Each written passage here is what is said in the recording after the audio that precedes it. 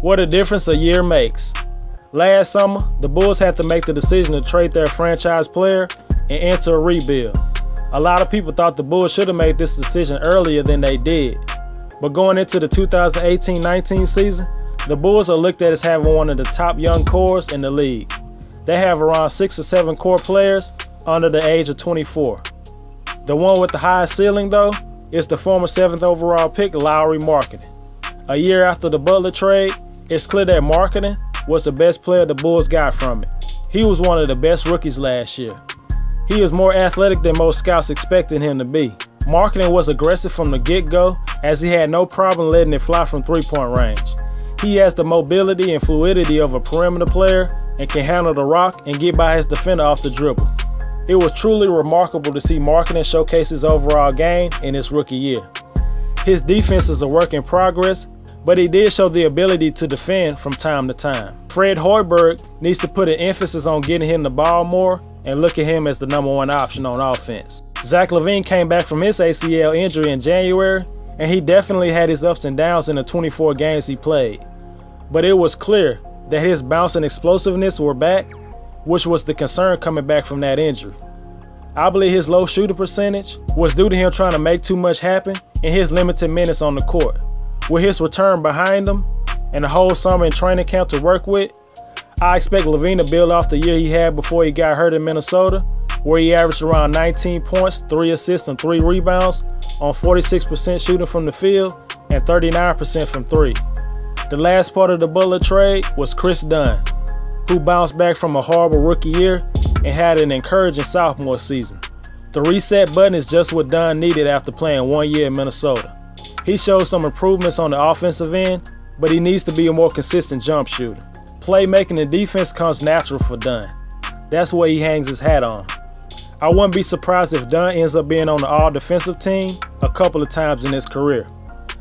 Dunn missed a number of games due to injury from a concussion to a sprained toe. I believe the Bulls decided to hold him back a couple of games because the Bulls were definitely in tank mode late in the season.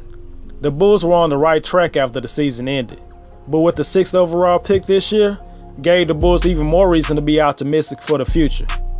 Some Bulls fans need more convincing, but I can tell you now, it was a great pick. Wendell Carter only showed a glimpse in college of what he's capable of. He really doesn't have any major weaknesses. He can shoot from the outside, he has great footwork and can score with his back to the basket, he is a good shot blocker, and he can defend the guards on pick and roll switches. Bulls got a good one in Wendell Carter. The Milwaukee Bucks felt that Jabari Parker's time with the team was over and decided to let him go. The Bulls took a chance on him and signed the hometown kid to a team-friendly 2-year deal worth $40 million with a team option after the first year. Before his second ACL tear, he was averaging a career-high 20 points, 6 rebounds, 3 assists on 49% shooting. Parker will be playing at the 3 in Chicago, and the biggest concern is his ability to guard the wing position. He has never been known for his defense, and he made it clear he wasn't being paid to play defense. Regardless, he will have to show some effort and improvements on that end to get a second season with the Bulls. I expect players like Justin Holiday and Robin Lopez to continue their solid play and guide the young guys throughout the season. Whether they're with the Bulls the whole season or not, the solid production will continue to be there. Coach Hoiberg wasn't able to fully implement his pace and space system when he first got the job 3 years ago. Now he has a more young and athletic group to go along with more shooting on the court. Now it's time for Fred Hoiberg to earn his money and elevate the team.